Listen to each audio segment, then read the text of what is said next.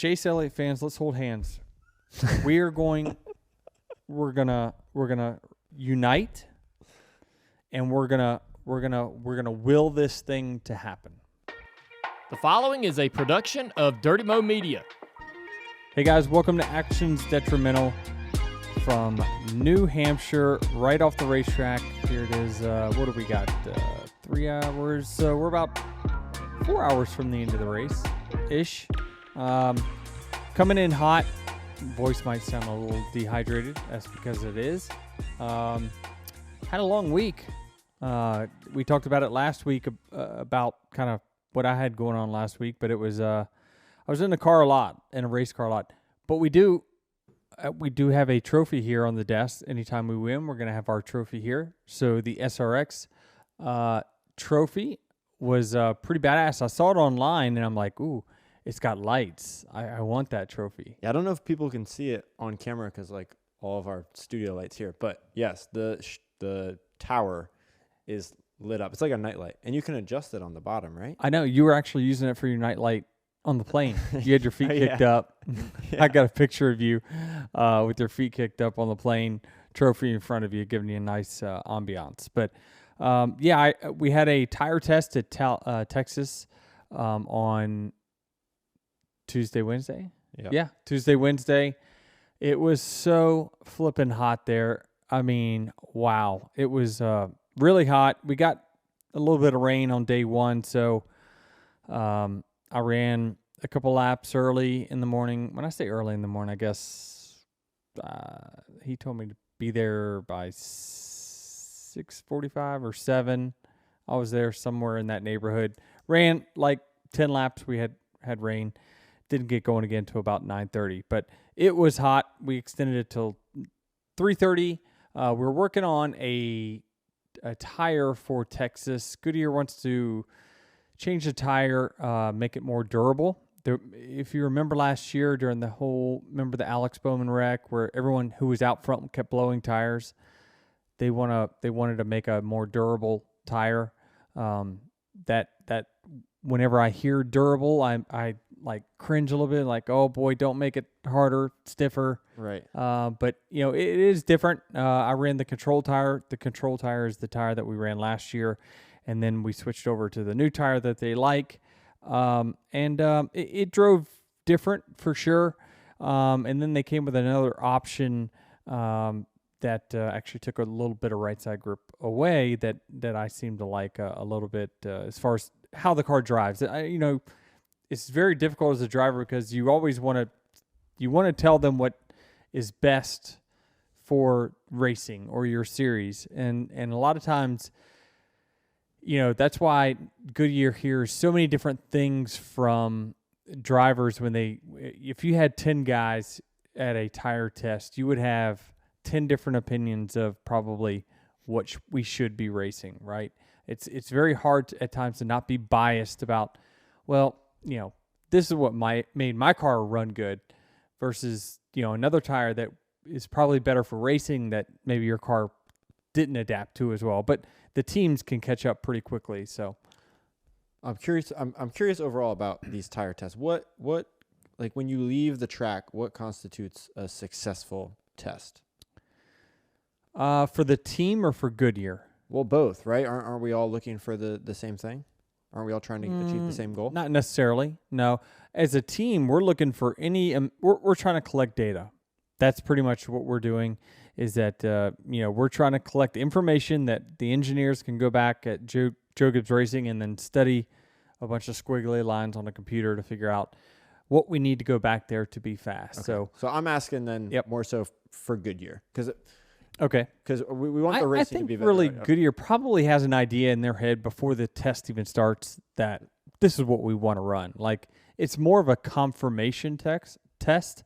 So it's basically as long as your car didn't do something crazy, they come up with a different mold or a new construction, which the new tire will be a new construction. It's a more durable construction that they feel better about as far as how long the tire will last. And, we abused them last year. We ran the air pressures way too low at Texas.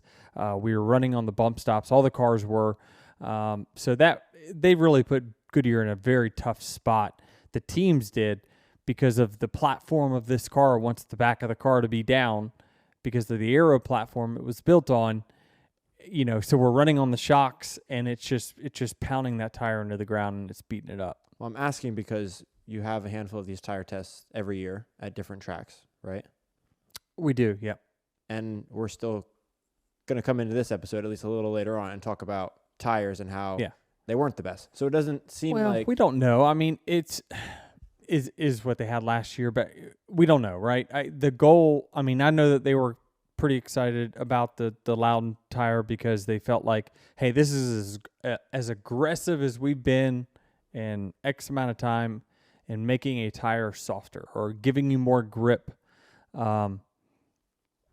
The fall off was the same. I made sure before I logged on here, I went back and looked at previous years. It was the same. Nothing changed. We were a little bit slower on the front end. A lot of that had to do because of the aerodynamic package, the new short track package that NASCAR implemented with, the underneath is a little different. The spoiler's shorter. That will wear tires less anyway than the higher downforce package that we run on the mile and a halves. So it's, I don't know what a success is as far as this weekend goes. I don't think it mattered what tire you had. Martin Truex was going to go out there and dominate. Before we get to New Hampshire, the Texas. Yep. Should we be looking for, what I'm trying to get to is, should we be looking forward to the next Texas race based on what you did on Tuesday, Wednesday? It won't be any changes as far as racing is concerned. The race was going to be the same. The tire fall off was the exact same at the tire test, from the control tire, the baseline tire that we ran last year, to what we're going to run this year. It's the same. There was no different. It was more just of a feel difference. The speeds were relatively close, so nothing earth-shattering there for sure. Okay. But I'll tell you, I did have some really good conversations with Goodyear about, the challenges that they have. I talked about, what can we do to make them better? What are the challenges that they have to just putting a softer tire? Back when we had Gen 6 cars, they were seeing outrageous temperatures in the tire. So when we went to, let's call it Michigan, they would see on the shoulder of the tire, 310 degrees. I mean, that's what melts beads. That's what causes blowouts. With the next gen car, there's just less load in. A lot of it is because these cars have, downforce level is so much lower than what it was in the previous generation car, that we don't have the air pushing down on these cars like we did in the previous generation. So we're not getting the heat in the tires that we used to.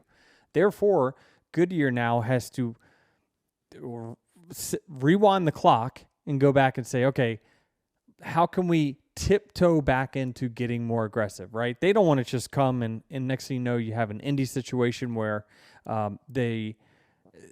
we blow out tires every 10 laps. A lot of that was because the track got levigated and we didn't have a tire test. So there's different things that they can do to get heat back in the tire. I personally think that if they made the tire thicker, so added more rubber to it, that would add more heat. More heat would make the tire wear more. So you don't necessarily have to go to a super soft compound. I think that's part of the equation, is making the compound softer itself. I don't know what the tire was today, but I mean, guys that stayed out on 35 lap tires ran just as fast as I know that I ran my fastest laps before those cautions came at the end.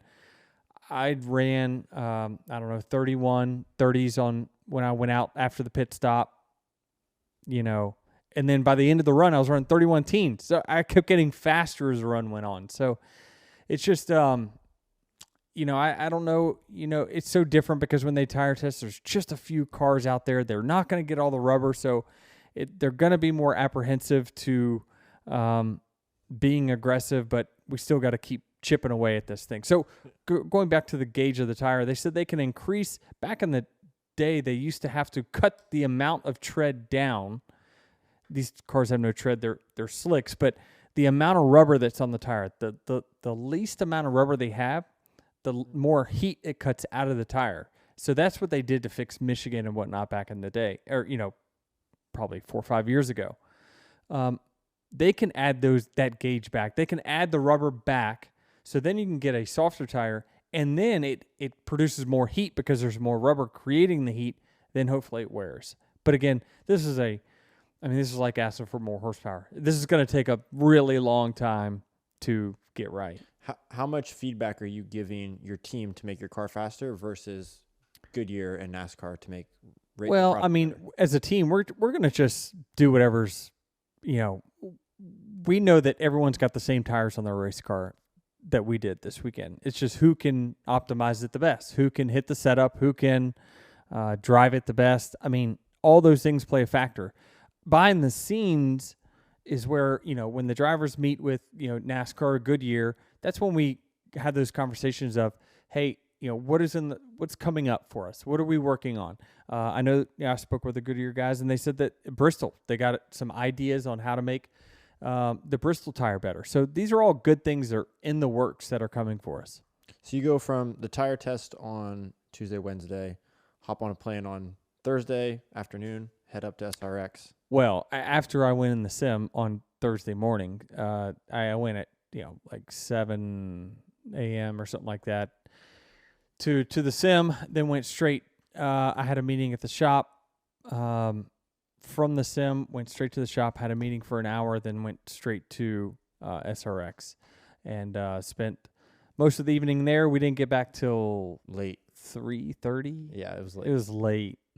It was a good night though. It was an entertaining day. It felt loose. Felt loose. Felt very, yeah. It definitely wasn't. It wasn't. The drivers aren't as serious. They're probably not thinking about points, whatever. But yeah, it was. I was happy because I had a few fellow Cup drivers there in Harvick and Keselowski that. You kind of gauge yourself off of. It's very difficult because some of these guys that are retired in IndyCar or Cup, they're just doing this part-time. They're not in the grind every single week. And if you sit out of a car for just a few weeks, you can quickly find yourself off the pace pretty quickly. But I was actually pretty shocked how up to speed everyone was. The field was so tight on time, even in practice when, quite a few of us had never run there before. But it was fun. It really was. The cars were very challenging to drive. I mean, it made it interesting to, work on. I had to change my technique so many times during the course of that race to fit what the car was doing that, I enjoyed that part of it for sure. You brought up, Wheels and Gapehart to help you. And I guess you inherited Freddie once you got there. Yeah. I don't know where that came from, but I mean, we showed up and I'm thinking, surely we'll be able to take this car and, turn some wedge bolts or, work on air pressure or something. No, like right from the get-go, they're like, no, if we make one change on a car, all the cars get it, so before the race. So we were really tight in practice. All the cars were, so they made the same adjustment to all the cars before the heat races.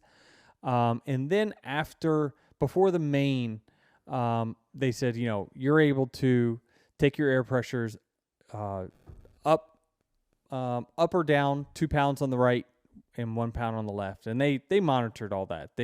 Their team of guys is the ones that did the air pressure. They knew better than to let, our crew chiefs or me have an air gauge because we're going to just keep going with it. But so those guys did it.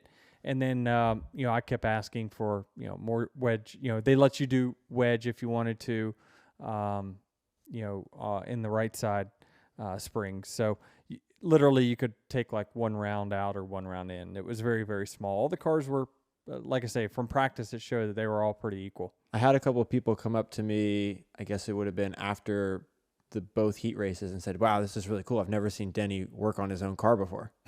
Well, we share. So we, at SRX, they had you get assigned a crew chief, and then you have probably two guys really to work on the car, maybe 3, but you're sharing them. It's you and 3 other drivers have the same one crew chief and the same 2 or 3 crew guys. So there was more damage on the cars that my crew chief, the other guys that he had. So they're fixing stuff, and I'm just like, what the hell? Like, we clock's ticking. We got to fix this thing. So yeah, I just try to straighten some fender braces out and whatnot. I thought I had a steering issue, but it looked like the right front tire was getting hung on the fender there after it got beat in. I tell you, it's rough. That's rough racing. Like they don't have any spotters, and you from TV when you look at it, you're like, these guys are just plowing into each other and like not paying attention to who's inside. I'll be honest, you can't see anything in those cars. They're so wide that usually if you have a left side mirror, you can see the left side because your door, wherever your mirror is, it's flush with the side of the car. Well, these cars are have 10 inches worth of width extra on each side. So you cannot see anything, and you have no spotters. And so my only recommendation was like, hey, I think y'all are wrecking too much. You would wreck less stuff.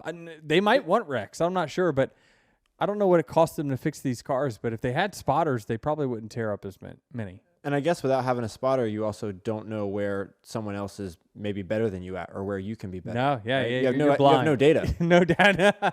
Yeah, you have a mirror that you can see guys when they're getting close and whatnot, and when you need to hit the pedal. But yeah, you don't know. They have two radios. They turn them on simultaneously, so that's why you couldn't hear me in the post race when Joey Logano was calling in. And I was in the car driving to victory lane, is because race control was talking.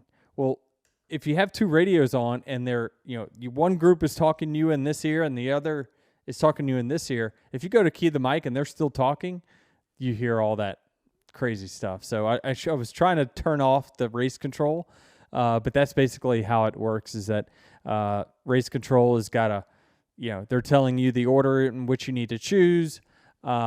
You got a big flashing yellow whenever the caution comes out, which I think that's a great thing that they should have in all series.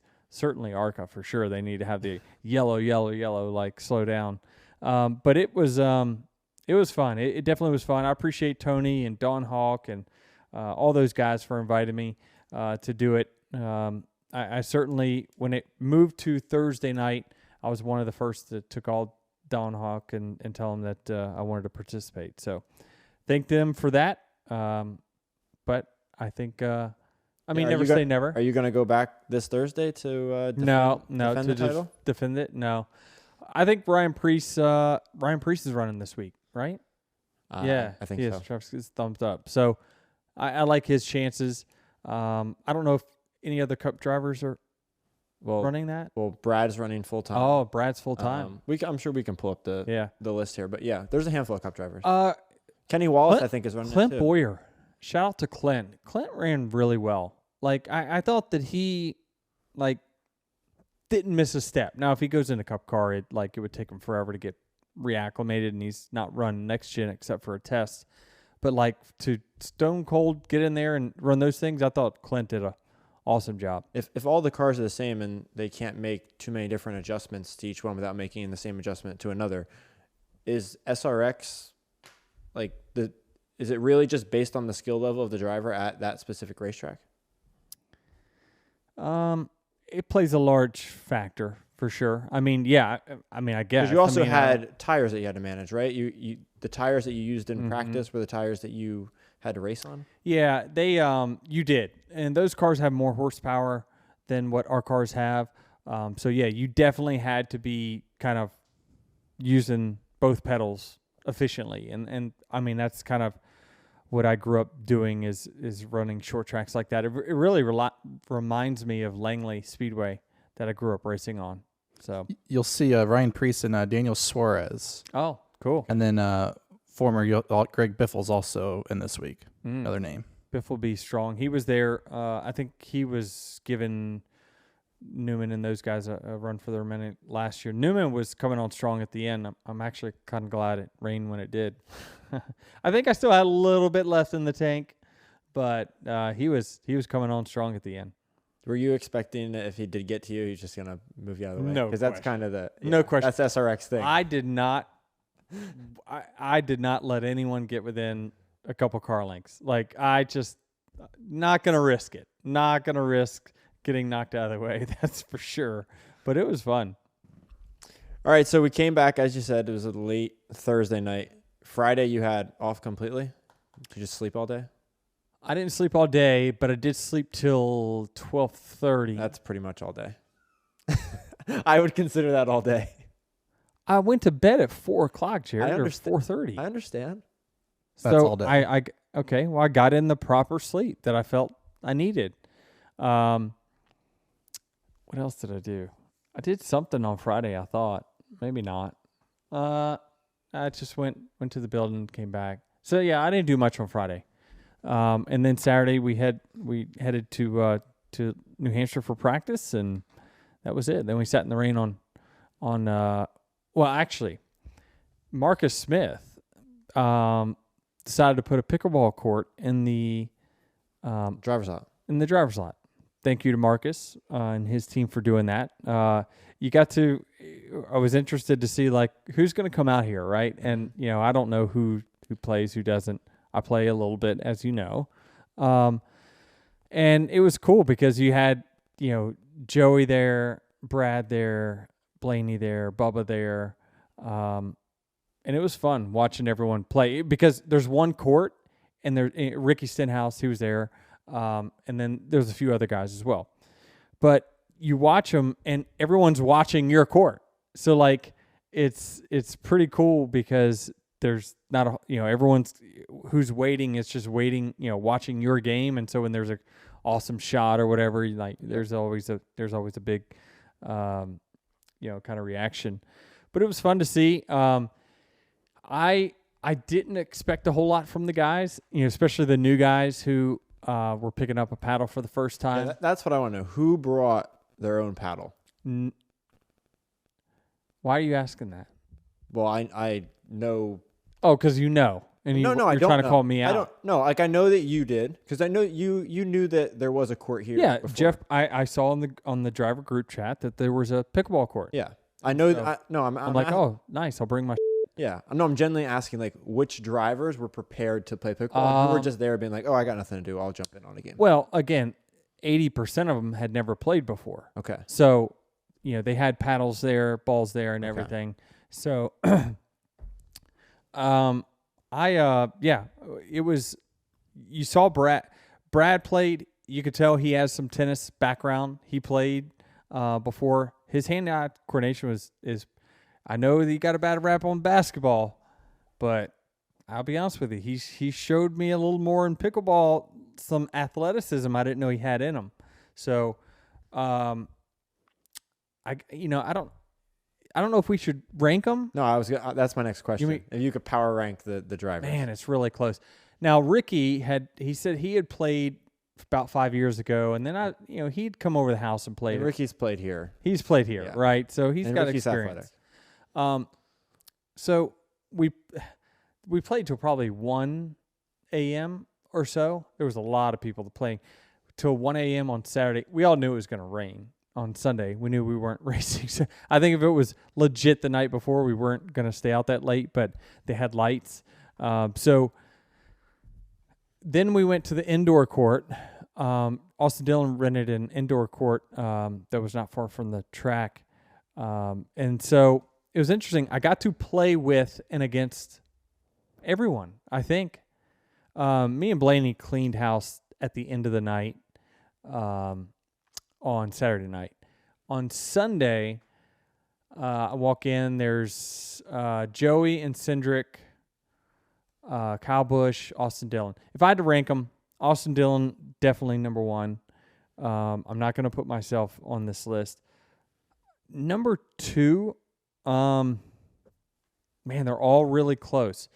So just to set it up, Joey he plays ping pong, or I've seen him play. He can play. He can play really well.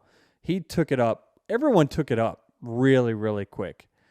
You saw, I told you about Brad and him adapting pretty quick. He plays tennis. Kyle Busch was one I didn't think he was going to be as good as he showed when we played together. He had a couple like digs that were really good. You didn't think he was going to get to them. They were all pretty close. So I'm going to say, gosh, it's really hard to say here. But I'll go Austin Dillon 1. Then I'm actually going to go Blaney. Blaney P2. Then Ricky. Then I'm going to say Kyle Busch. Then I'll go I'm going to say Brad. Brad made the biggest strides from when the first time he picked up a paddle to the end of the night. Night one. He picked it up. That's a good attribute. He picked it up pretty quickly. Again, he plays tennis, so it's very, very similar. Then I'll say Joey, then Cindric. And where does Bubba fit in here? Because this is... Oh, all right. Bubba's going to go somewhere around Brad. Kyle and Brad. Somewhere in there. And Harrison Burton? He was also out there, right? Yeah. Todd Gilliland was there. Gosh, I don't know. Here's the biggest problem with all this, Travis. That guy, he's got a motor. Evidently, they took me and somebody out after a long win streak. I'm going to blame it on fatigue. These guys, by the way, I've listed no 40-year-olds except for myself. So, these guys, they've at least got their original ACLs and they're not 40 years old. But Todd Gillen, he picked it up pretty quickly. Harrison Burton has some work to do. He does. I'm going to put him in. He's actually probably a little better than Austin Cindric. So I'm going to say Burton above Cindric. Cindric's in the basement, but I'll tell you, he embraces his bad. He really did. He showed up and like boots. So it was just him and Joey. In boots? No, but he did have a collared shirt on. That's just as bad. He did have a collared shirt on.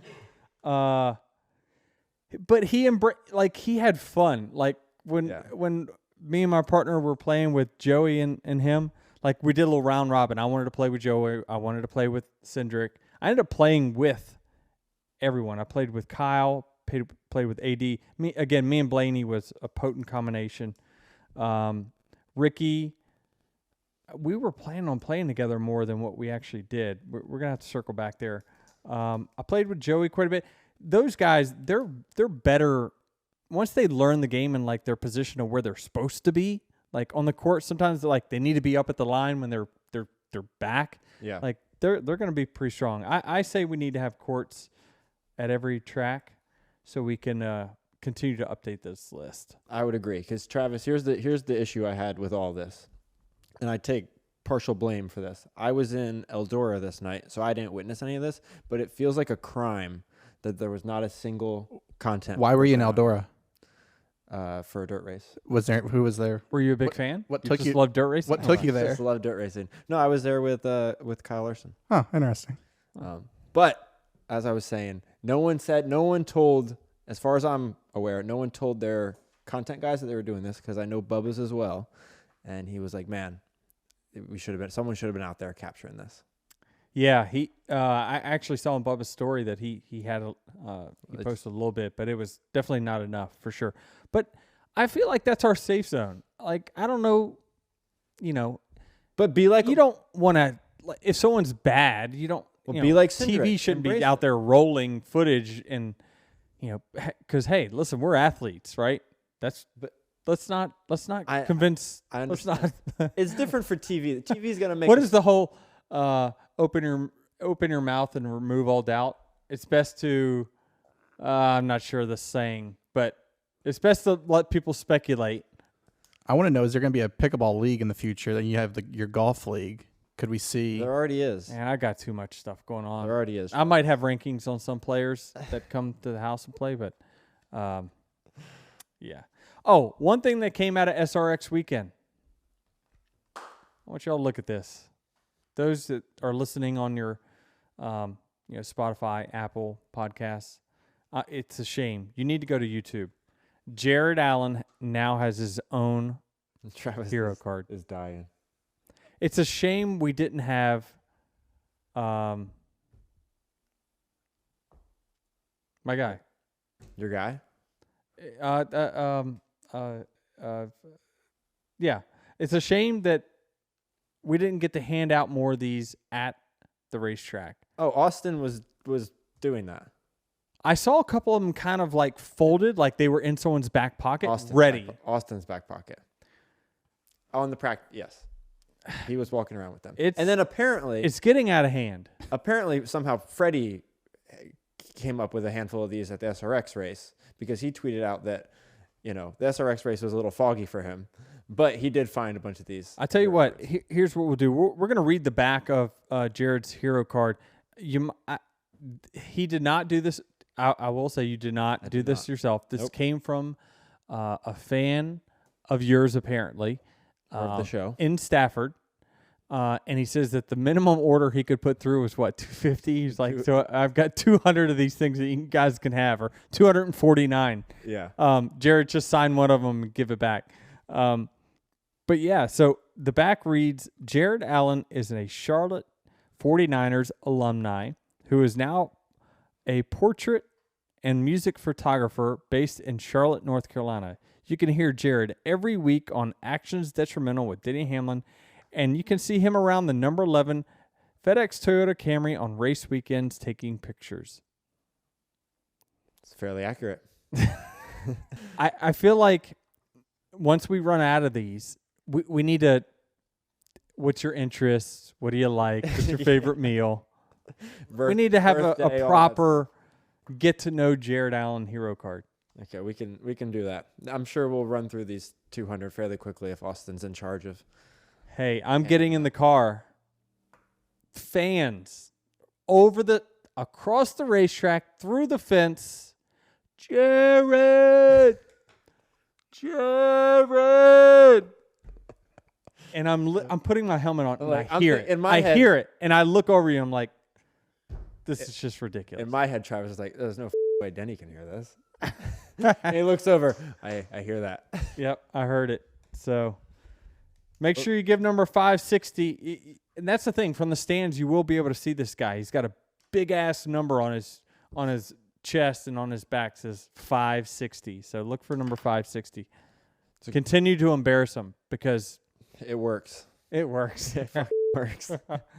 All right, so let's talk racing. Great segue into New Hampshire. Xfinity, we'll just do a little 3-minute on that. John Hunter pretty much whooped him there. Not a whole lot to talk about. There was some crashes at the end that was, some guys got pinched in the wall, and then they there was a couple like with the Riley Herps where they just, I think it was Austin Dillon and Riley, where like Riley just came right up and pinched him, and these guys just were like, well, no, you, I'm not lifting and giving you the spot. So they pretty much just held in the gas, and then at the end it was Sheldon Creed and Cole Custer, same kind of thing. They got pinched. You see Cole Custer come off the corner a little sideways and get into the right rear. I didn't think it was egregious. People asking me on Twitter, where's the data? I'm like, I thought y'all didn't want me to, first of all, I don't get Xfinity data. So, try again on that one. But like, make up y'all's mind. You do want me in this or you don't. Like, I mean, you can't pick and choose when it's convenient for you. Stop getting mad because, someone made a bad decision. But yeah, I mean, John Hunter, 4th win of the season, great for him and his team. They're racking up the playoff points. They're looking pretty good. They should be able to make it to the Final Four with as many playoff points as they've got. But the Cup race, man, oh man, Martin Truex just kicked our teeth in. That guy knows how to stink up a show. Yeah. What do you think, Jeff Cluck's, was it a good race poll it's going to come out at? Oh, hold on. I'll write down my answer right here. All right. I think you want me a specific number, right? Like one number. No, I can't give you a range. No, a range. No. I think it's all right. I'm gonna go 73%. I have 61%. 61%. Again, Martin Truex victories usually aren't very exciting ones because when he wins big. He's a 10-run baseball game. He's a 3-touchdown football game. Just, I mean, it was right from the first lap of practice. He just had the field covered. Why is that? He's really, really good. Really good. And when they hit on it, I mean, we know what they have in their car, right? I mean, we drive differently. So, it's very hard to just cut and paste and say, well, surely if I ran exactly what he did, I'd have the same result. I wouldn't, first of all. But man, they just, I don't know. It's like when he has speed in practice, you can just count on him leading 200 laps wherever we're at. Like, it's just when they unload fast, they're fast the whole weekend. And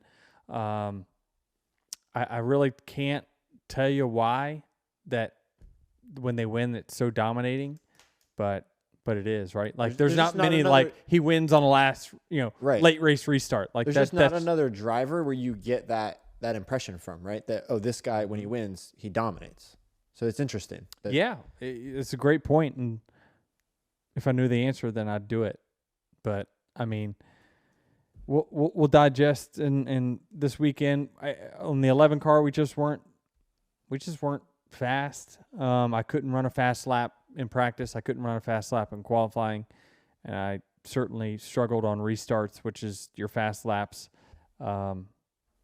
today. So I don't know. It's just very frustrating for sure. I was losing my mind in there. I was really loose at one time. And Chris, I thought he was, I'd complained enough where I thought he was going to go ahead and blow up on me and just tell me to shut the up and drive.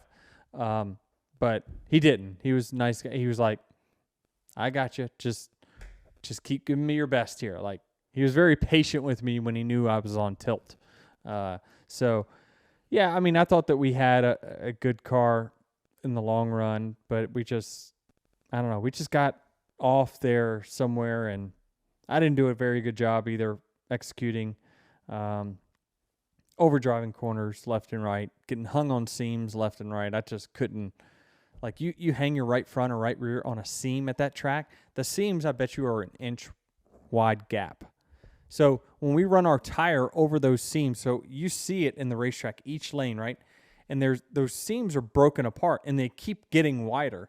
So when you run across it, if you don't cross those seams really, really quickly, you'll get hung on it, and your car will just follow that line. So it's like half a second of time, which is a ton in that type of racetrack.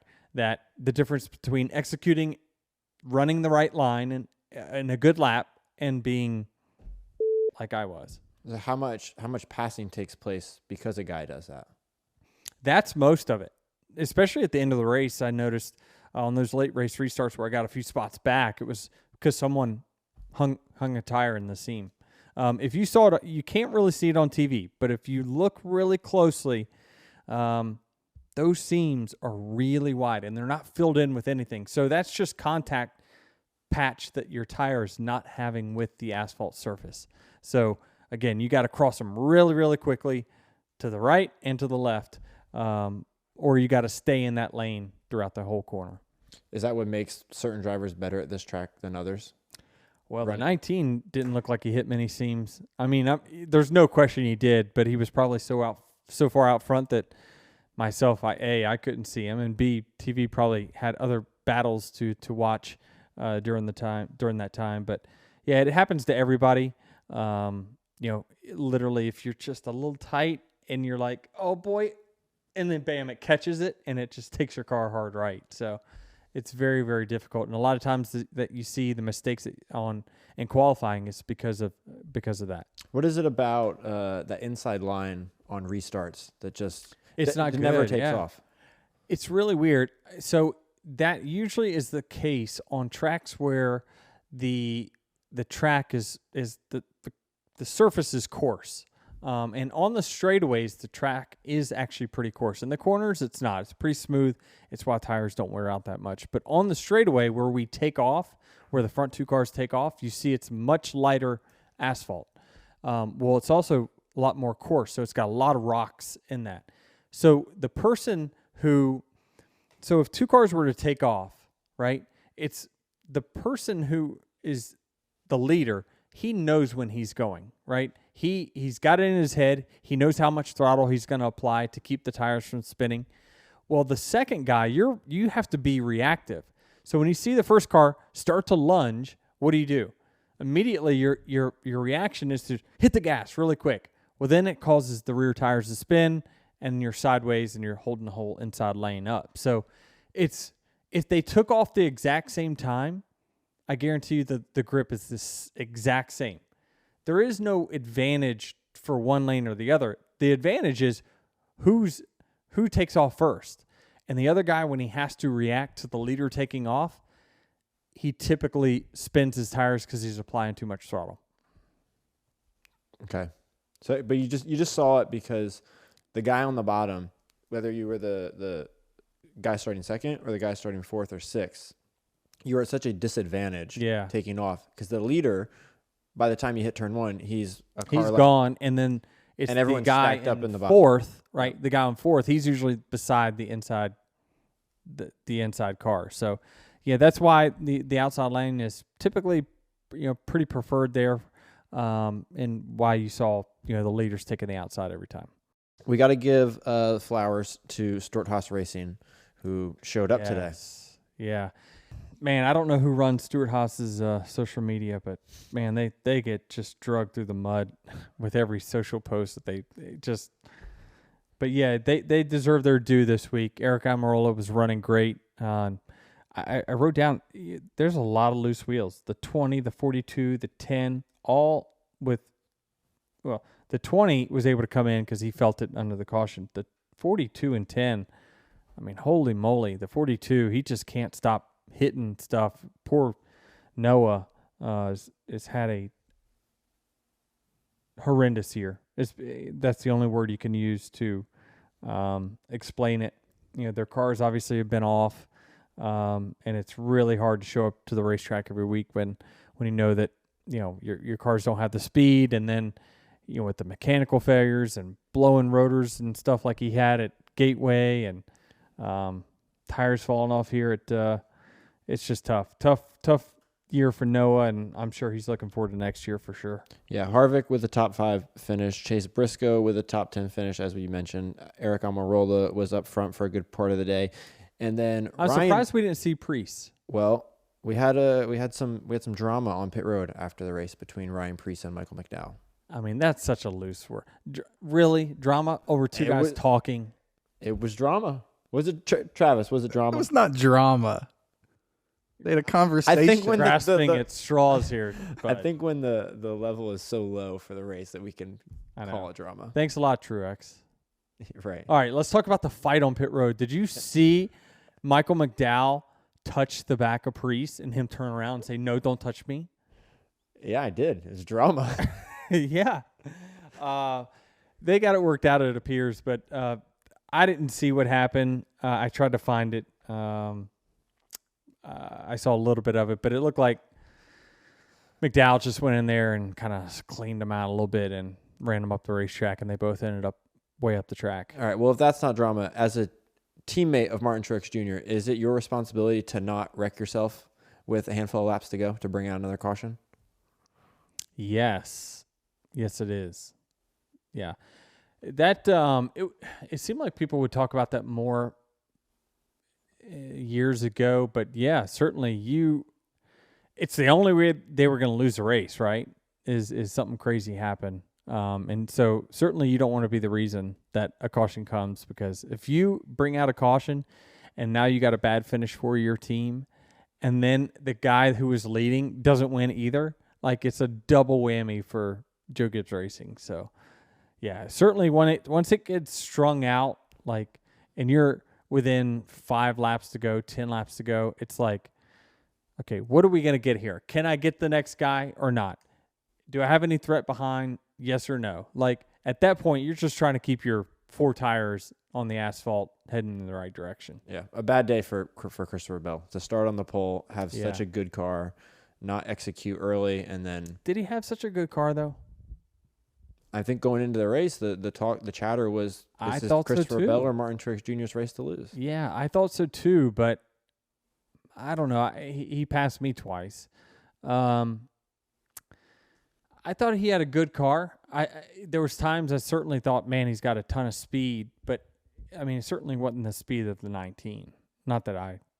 Nothing I saw told me that he could run with the 19. That's for sure. But maybe the second best. Yeah. You could probably give him that. Certainly it's tough when you go out there and you test like he did there. You sit on the pole. Certainly your expectations is to go win the race, but you know, when you end up crashing, especially late in the race, that's the worst because you've run well all day and you just don't get the finish for it. But one person that who had the roughest weekend was Kyle Busch, clearly, right? To wreck in practice and then wreck again in the race. That's called the trifecta. Practice, qualifying, and race. He wrecked in practice? Yeah. You didn't see him hit the wall for Yeah, that turn was 2? a backup car he was in, correct? No, they fixed it. After qualifying. Yeah. But in practice, he tank slapped it off of turn 2 pretty well. And so they had some damage they were fixing the last half of practice. But he laid down such a good lap in qualifying. His first round, he made it in just good enough to back that some in the second round and have to go to the back. So he said he fought rear grip all weekend, didn't have any of it, and yeah, they had a rough week. I will say people's dislike for Kyle Busch is still just as strong as it's ever been because during qualifying, this stands had to have been 10%, 20% full, and when he backed that thing into the corner, everyone was cheering. It sounded like were they cheering or were they like, oh?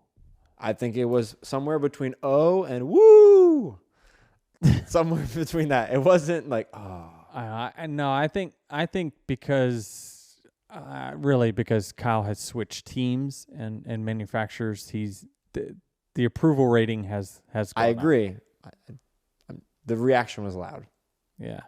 Well, I mean, you don't see many wrecks really during qualifying anymore. So, you know, the cars were that squirrely for sure. I mean, I was thinking when we went there that, oh man, Goodyear said they brought a tire that's got more grip. So we're going to be faster on the short run. We're going to be slower in the long run. And it was like, oh man, I can't touch the gas from lap 1. Like it just sideways. And really the more laps I ran, the better it got. So let's touch on these standings with 6 races to go before the playoffs. We talked about them last week. You had said that Chase Elliott, there was no way that he was not going to make the playoffs, at least on points. And another race down, and he still finds himself 60 out. What's the official number? Travis can help me out here. He's still 60 out. And let me give you this, Denny. Go Okay. Before this race, the biggest margin of deficit someone had overcome to get in on points was 2. This is crazy. That's a stupid stat. Now it's Did not. Russell give you that? He did. I appreciate it because it's true, but what a stupid stat. Like that. That's like, oh my gosh, he's 3 points. He would make history if someone from 3 points back made the playoffs. I mean, so here's my argument, right? If you look at what the cut, let's say the 16th place driver, they probably averaged 25 points a race. That's a fairly educated estimate. So 25 points a race. So real quick, not counting stage points, where do you need to finish in the race to earn 25 points for people who don't know? Okay, good question, Jared. Very good.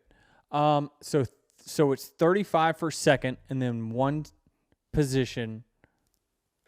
point per position. So what is that, 11th? Yeah. Okay. So let's say it's 11th. So you got to finish 11th with no stage points. That's about where 16th is running, right? I mean, sometimes they finish a little better. They get a stage point or 2. So you got to be 11th to get 25 points.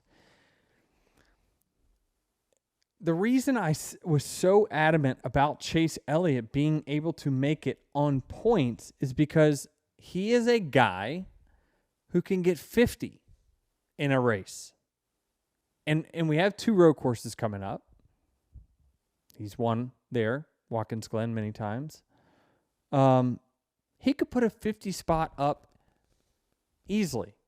So he can, in 2 races, do what the 16th place guy does in 4 races.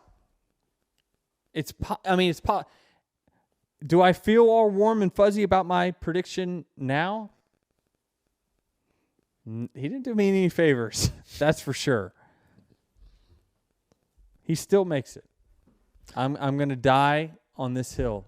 Chase Elliott is still going to make it, but I think it's going to be because he wins. To play devil's advocate about Chase or about any of these drivers that are significantly below the cut line, and by significant, I'm saying anything in the double digits, is that you just can't afford to have any off weeks, right? If you're going to need to put up 50 points 2 to 3 times, you're not going to be able to afford to lose points.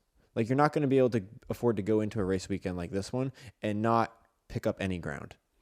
Yeah, that's kind of what I was getting That's what's going to be tough. And especially considering you have Daytona as the one race before. And you always, yeah, right. So I said it in the media. You always have to budget for one more winner from the outside. Mm-hmm. You know, it's when you set your goals for the year, you budget a certain amount of people making it. And in the situation of the guys that we're talking about on this cut line, the 4 or 5 that it is that are relatively somewhat close, they're hoping there's not a new winner, but they're probably budgeting for it. They're probably looking at is Bubba Wallace 15th currently? 15th. They're probably looking at where he's at, or whoever's in 15th. Because if you just work off of 16th, you're probably going to get roasted in the final race at Daytona. You just have to plan for it. Is it likely? Actually, no, it's not. But you still have to plan for it. It's the race that's got the biggest X factor of attrition, and anyone can win. So I don't know. I still think Chase makes it, but I think he makes it because he wins a race. But I mean, looking at the guys that he's got to run down, you know, they're not just getting 25 points every week either. Like, they can have a bad race and leave the racetrack with 3 points. He puts up 50, boom, he's down 20-something in 1 week. Like, it can happen that fast. Trust me, it can happen that fast. I know. I'm not going to give up till after this week. I wouldn't give up on pointing himself in. Chase Elliott fans, let's hold hands. We're gonna unite, and we're gonna will this thing to happen for you guys. Travis, I'm gonna need that clip tomorrow morning. Yeah, let's just. Trust me, they're saying prayers for him. They got the battery cables hooked up to the 69 Ford pickup truck, just ready to ring that siren. I wonder, will they ring it if he makes the playoffs? I think so, because I think the way he's going to make the playoffs is he's going to win Watkins Glen, and then they'll ring it. Awesome. You can be for sure of one thing: his teammates are going to let him go at every turn. Minus Bowman. Why? Because Bowman can't let him go. Bowman's in the same situation. Yeah. Well, you won't have a situation like last year where Larson, used him up kind of. Let's restart. That won't happen for sure. All right. Well, hey, still rooting for you guys. Not to beat Bubba. Don't beat Bubba, please. He's another guy we need to talk Just about. Beat the rest of the guys. Bubba's another one we got to talk about on this cut line because he was below it last week. Now he's above it into 15th after a top 10 day. Yep. He had a solid day. They had, him and the 45, they put together a solid race. I haven't completely gone through their day yet. Again, I just got home, but they didn't have anything detrimental to happen to them. You know, I saw that Tyler lost a few spots first pit stop, but Bubba, I was racing around him a little bit during the day, but yeah, I mean, those are the solid days that you got to have them. Right now, they've got to have these kind of days where they pick up 5 stage points, somewhere in that range, then go finish 7 to 10. You know, I get it. You want to go for the gusto. You want to go get a top 5. You want to go win the race. He wasn't going to win the race today. There was just the 19 was too strong, right? You have to just manage the race, manage your expectations, and get a solid day. And trust me, they're leaving home or leaving the racetrack feeling a lot better than they did, coming in. Michael McDowell's another one who said last week that he really just wanted to go into New Hampshire, have a top 15 finish because it wasn't one of their best tracks, and he did that. He stayed above the cut line.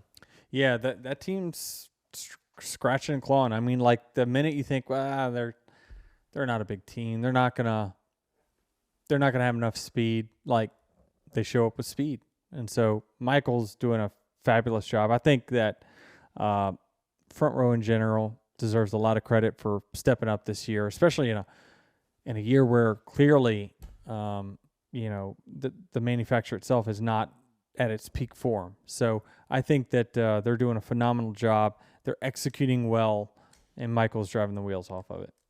Travis, you might be able to jump in here, but they talked about on the broadcast, I believe it was midway through the final stage, that Suarez had made an aggressive call to stay out late and not pit for tires when everyone else did, which was aggressive. I think it ended up paying out for him in the end because he didn't fall too far behind the cut line, but I don't know what happened because he stayed out for a while.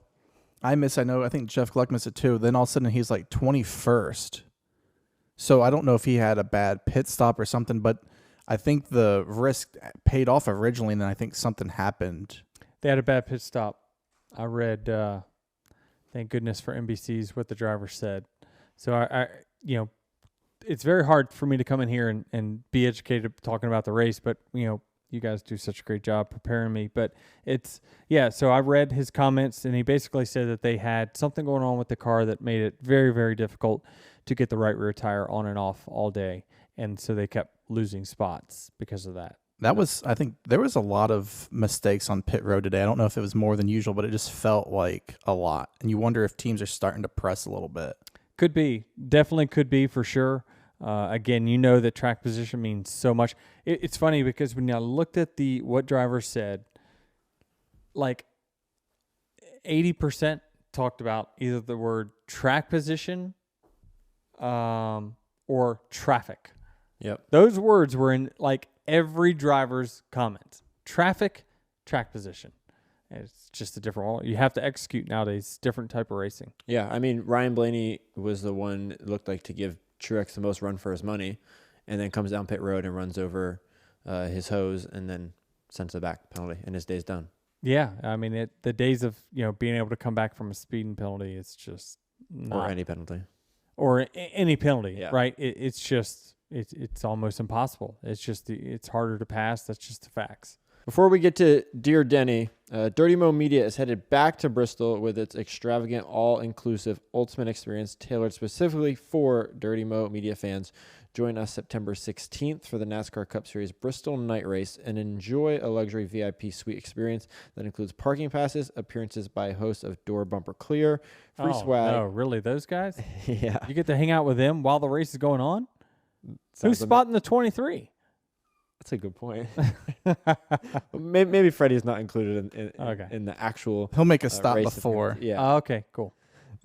But also maybe he isn't included. It's possible. All right. Free swag, all the food you can eat, and all the beer you can drink. Tickets sold out well in advance last year, so don't wait. Get your ticket today at dirtymomedia.com/ultimate experience. Yeah, get them quick. I know this sells out pretty quick. They've done it at Las Vegas. Bristol Night Race, I mean, doesn't get much bigger than that. Hey, and they don't have dirt on it. So, like, this is a great race to go to. I was wondering, should we say that Bristol night race is a major? People are kind of teetering on that. We lost one with losing the Indy Oval, but it's definitely teetering. How do you feel about overall adding majors into an equation where they weren't initially there? Yeah, probably not. Probably not. You think we can entice them if like Jared stops by the suite? They can do a meet and greet with Jared. Oh gosh, Jared, you might sell less tickets. Hey, no. They want to see number 560. You have to wear your vest though. Yeah. Okay. So Mike Davis, work on that. Work on getting Jared up there to say hello to the folks. He will bring his own hero cards. Moving on to Dear Denny. Do you have any say in 2 versus 4 tire stops at tracks like this? I tried to let my team handle that. I have feelings on it. He gives me the code. I look up, I see it, and sometimes I'll give him the man, really? You sure? Or sometimes I'll be like, yep. Like today, every time he made a call, I was like, yep. Because inside the car, you have an idea of how much grip you've lost. Do you need tires? Do you not? What do you need? Track position, or do you need 4 tires and grip?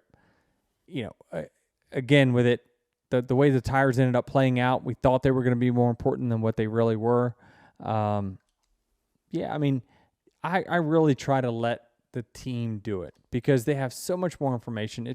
Sometimes you can get caught in a cocoon of being in a race car, not realizing what is the bigger picture. Well, when is the person around me pitted, or the cars that were racing for the win? Sometimes it's situational awareness of what does it take to finish what I'm capable of, or winning the race if I'm capable. So you're only racing those cars that you think are in the same bracket of speed that you are. You're not racing someone that's in 10th. If they are 15th, if they choose to stay out, you're and you've been up front all day, you're pretty confident that you're going to put on, you have the margin to put on tires and then go past them like Truex did all day. So I leave it to the team. There are some drivers that like having a say in it, but I just think sometimes it just muddies the water. It certainly makes it more difficult for the crew chief to make a decision without emotion getting swayed into it. And then someone wants to know, can you honestly rate your restart ability, 10 being the best guy on the grid and 1 being the worst guy on the grid? Oh. I know what it was today. It was bad. I was probably a 3, honestly. What am I for my career? Probably a 5, if I'm realistic and honest about it. I think that I always get, if you look at the stats, I gain a lot of positions on restarts. I'm always kind of I'm near the top. I wasn't always that way, but over the last few years I've gotten quite a bit better in that statistical category. But there's a lot of things that play into that. Sometimes it's because you are fast and you've been up front, and if you have a bad pit stop, it's easier to pass cars that are in 15th than it is cars in the top 5. So stats don't always tell the honest answer. I feel like I do an okay job, but not a great job. A lot of that is just my style. I typically don't push the car to the absolute limits in the short run. I just never have. I want to, but I don't feel like on days like today that I have the proper amount of grip to do it. Because what really sucks is me going out there and busting my ass on corner entry and then go from having a top 5 to top 10 day to being Kyle Busch finishing last. Because the team, it's like, what do you want, right? Do you want me to get the best day that we think we're capable of within 1 or 2 spots? Or do you want me to go for it, put my car at risk, more risk to wreck, and then having a really bad finish? So I certainly think that, again, when my car is really fast, I typically look pretty good on restarts. But as far as, there are just some guys that are really, really good at it and better than others. Do you gauge that skill level based on how well you get through the gears and up to speed, or is it how well you can drive an uncomfortable car in traffic? It's both. It's definitely the up to speed. What are the moves you make in the first couple corners? Turns 1, turn 2. Do you put yourself on the right lines? You know, if there's a long straightaway, are you putting yourself on the top line to be freight training everyone on the inside line? Are you going 3 wide middle to gain a couple spots? You know, it's all about positioning. And I think that some are really good about finding the open holes before they actually get open. So, there's a handful that are exceptional. Before we sign off here, this goes hand in hand with singing Kumbaya with the Chase Elliott fans this week, is that someone left a review I wanted to read, and this is from underscore SRT4, to give this person credit. Wasn't the biggest fan of Denny before, as I was a Chase Elliott fan, but listening to his show, I enjoy Denny and have become a fan of him too. So it sounds like you can turn water into wine, right? That's the saying? Yeah, I don't know. I mean, this guy was a fan of Chase Elliott. Now I was a that. fan. What's his name? SRT4. SRT4. Okay. Thank you for the review. By the way, if you give us a nice review, we might read it as well. Hey, I'm welcoming of everyone, right? My job on this is to call, it as I see it. I said on episode 1, I'm not always going to be right. I'm definitely, it's not always going to be the most accurate. You're probably not going to agree with it. If it's your driver and I'm calling them out, I call out myself as well all the time. I try to call it as fair as I possibly can. I'm just here trying to give you an inside perspective of what goes on in that racetrack that you probably didn't see on TV today. But I appreciate that. All of our fans listening, if you would give us a review, we'd appreciate it. And yeah, let's come together for this. Yeah, if you want to leave a review, you can go to Actions Detrimental on Spotify, iTunes, wherever you get your podcasts, and leave a 5-star review. But also, you can send anyone a nice tweet at Dirty Mo Media or at Denny Hamlin if you feel like it. Yeah, make sure you're following Dirty Mo Media. They've got some great podcasts going on with Dale Jr. Download, Dirty Mo Doe, Speed Street. A lot of good stuff going on with Dirty Mo. So tune in. This week we're going to Pocono. People want to know if this was another question. I left this off the Dear Denny. People want to know if you're leaving the tape at home. Yes. Yeah. I got it. I have it stored somewhere. That sucks. I mean, I'm just wondering if I'm the most unlucky driver. I mean, there's only been one driver DQ'd in 61 years. Like, Denny was raising his hand. What the hell, man? Listening. Yeah, I was raising my hand. The audio version. Like, seriously, I just want to catch a break. Like, not have history made with my name on it in a negative way. Like, gosh, it's so frustrating. Hopefully we bring speed like we did last year, because that thing was awesome, massively fast. Had nothing to do with the tape, by the way. Hopefully we can prove that to be the case. But a lot's changed since then. It's been a while since we've been at Pocono. Another track that's got great upgrades in the middle, great fan stuff in the infield. So come out this weekend, say hello to us, and we will see you guys next week.